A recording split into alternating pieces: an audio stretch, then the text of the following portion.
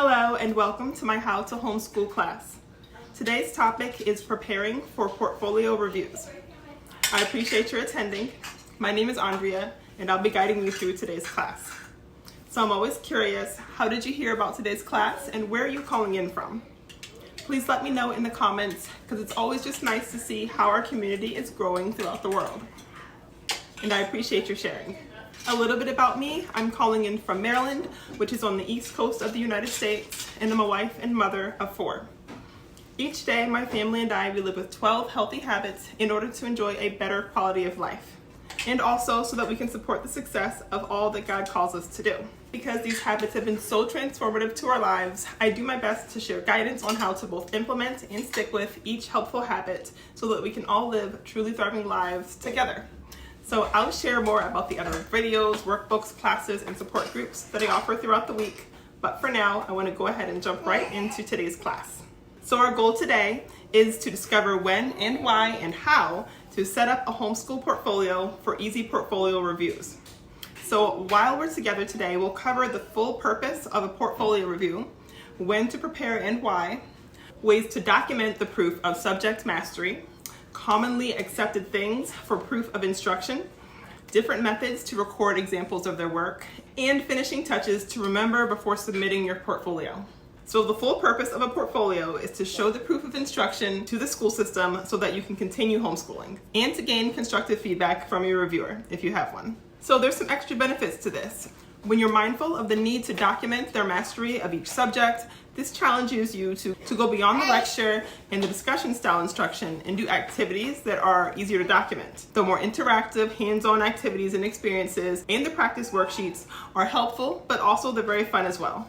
The portfolio of your child's work isn't just for the reviewer. It's also an opportunity for you and your child to see and celebrate their progress from semester to semester and from year to year. Gathering and looking at the quantity and quality of your child's work samples helps you also to notice any areas that might be lacking, and it gives you an opportunity to add more lessons and to cover more topics that might still need a little bit more attention. So as far as when and why to prepare, we want to prepare before the semester even begins. We want to choose and set up our record-keeping system, whether it's tangible or digital. So why would we do that?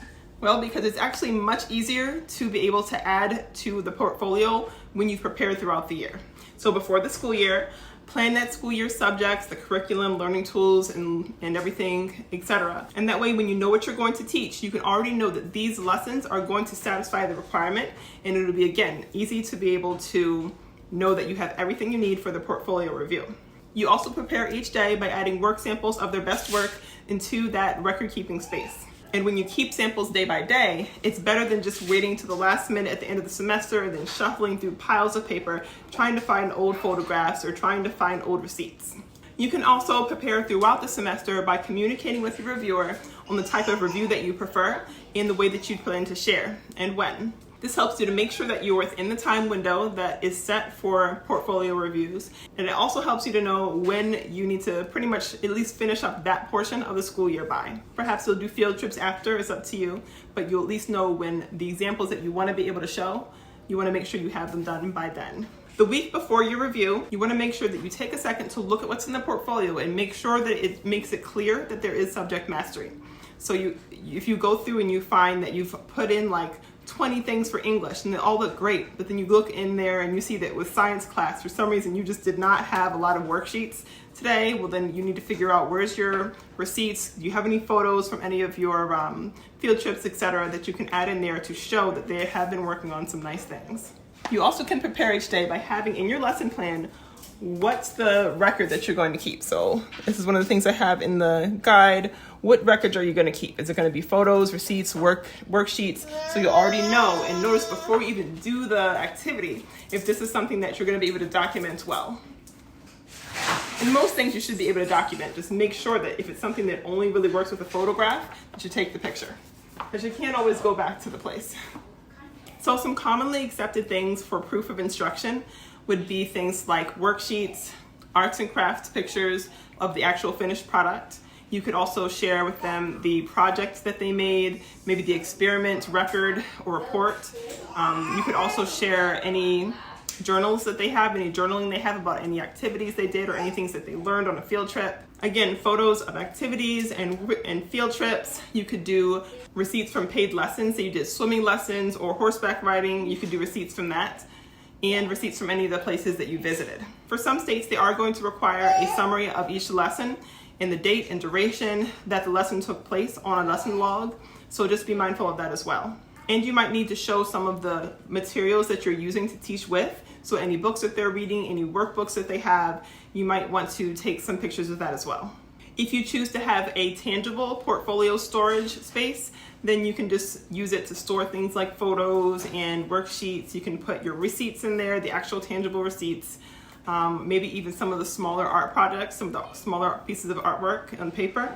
If you have a digital portfolio, you can just have a virtual folder on PowerPoint slideshow. You can use Google Drive to just take pictures of all of their work, take pictures of the receipts, and just upload those to there. And Google Drive can be helpful because then you can just ship that right off to them pretty easily. You can take screenshots and make these all into PDFs in order to share them with your reviewer. There's usually a couple of different formats that they accept. Whether you choose something digital or tangible, you just want to make sure that you ensure that the filing structure and the labels are neatly labeled and clear and separated out by subject and by student. And then some finishing touches to remember before submitting the portfolio. Make sure that each child's name and grade level and semester is clearly labeled so that you know when this was and who it was for. For digital portfolios, practice sending or sharing them with someone else ahead of time to avoid the day of technical issues that might, arise. And ensure that your reviewer actually received the portfolio if you send it digitally. For more guidance on how to start homeschooling, consider using my How to Start Homeschooling workbook and my homeschool subject guides to help you get started. They're downloadable, so it's something that you can use digitally if you were going to use tablets or something in your homeschooling tools. Or if you'd like, you can just print it out. So you may have noticed earlier that I said that my family and I, we live with 12 healthy habits in order to enjoy a better quality of life. You get it. We live with 12 healthy habits in order to enjoy a better quality of life. So then homeschooling is just one of the 12. We all embrace all of these healthy habits so that we can have less unhelpful habits that would sabotage our efforts to obey God, and more good habits to help us support our success as we live to do all that Yahweh called us to do. So for all these habits, I offer guidance via videos, workbooks, classes, and support groups to help you implement and stick with each habit. So if you could use more guidance on this or any of the habits, just know that I'm here to guide you, and you can find more details on my website, which is trulythrivinglives.org. All right, so I'd love to know, how did you enjoy today's class, and what questions do you have for me? You can let me know in the comments below, or if you'd like, you can save your questions for support group or coaching. Either way, I look forward to supporting you along your journey. All right, thanks again for attending, and I hope that you have a blessed day.